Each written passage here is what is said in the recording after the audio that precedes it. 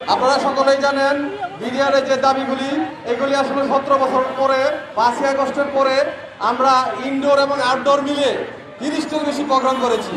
বাংলাদেশে এমন কোনো আন্দোলনকারী নাই যে এরকম 30টি বা 35টির বেশি ঢাকার বুকে শান্তিপূর্ণ কর্মসূচি গ্রহণ করে। কিন্তু সবচেয়ে দুঃখের বিষয় যে বিষয়টা ইন্টারিম সরকারের আমলেও সবার আগে প্রায়োরিটি দেওয়ার দরকার ছিল, এই নতুন বিডিআরের বিষয়টি সেটির কোনো রূপ বা বাস্তবায়ন আমরা আলতো বন্ধ দেখতে পারি নাই।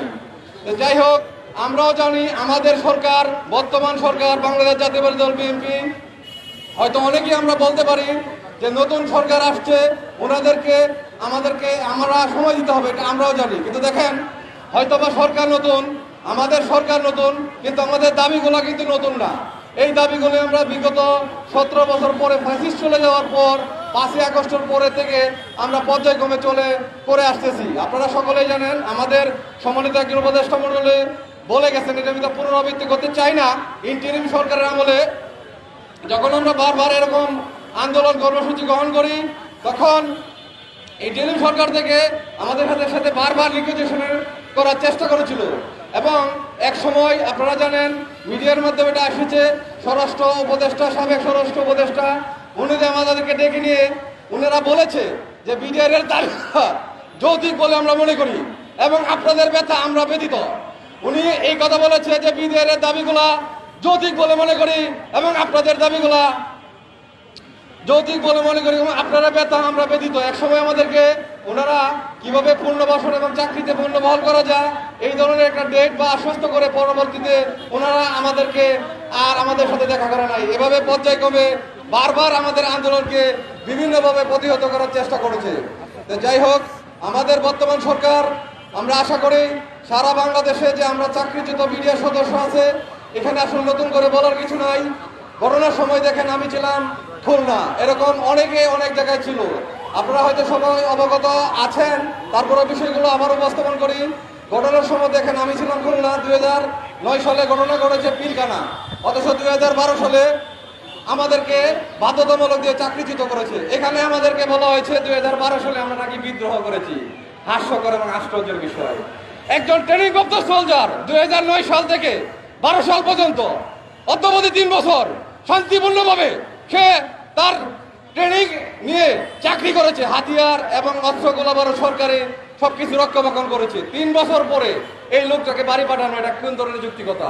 একটা লোক যদি অপরাধ করে থাকে, একটা সুশৃঙ্খল বাহিনীর সদস্য, তাকে 2009 সালে অন্যান্য লোকের মতো জেল জরিমানা এবং ফাঁসি দেওয়ার কথা।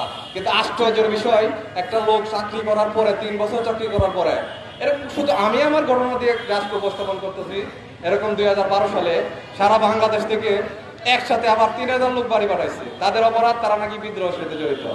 অথচ দেখেন আশ্চর্যের বিষয়, 2009 সালে এই ঘটনা করার পরে যখন ফ্যাসিস্ট সরকার তারা মন গড়া মতো বিচার করেছে, তার পরবর্তীতে 5ই আগস্টের পরে ছাত্র জনতার সাথে এই আমরা বিডিআর জওয়ান, বিডিআর পরিবার, আমরাও কিন্তু এই দেশে নতুন করে যুদ্ধ কর্মসূচি করেছি এবং একটা কমিশন গঠন করা হয়েছিল। আপনারা জানেন, এটা নতুন করে বলার কিছু নাই।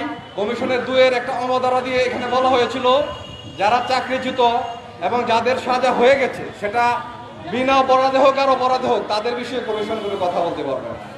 অর্থাৎ এটা একটা মন গড়া কমিশন ছিল।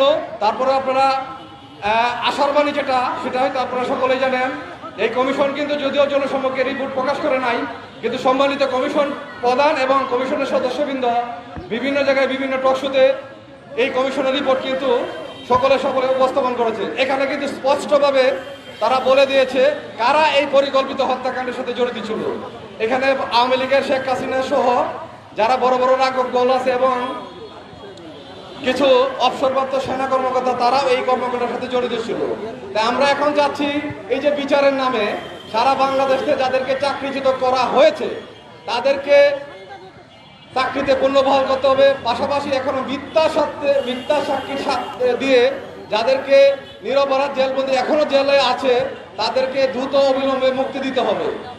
এইখানে দেখেন, একটা জায়গায় যদি কোনো বিদ্রোহ ঘটে, বিদ্রোহের সংজ্ঞা এবং ব্যাখ্যা কি হয়তো আপনারা সকলেই জানেন। এই জায়গাটা পুরোটাই দেশটিও একবারে শেষ করে দিতে হয়।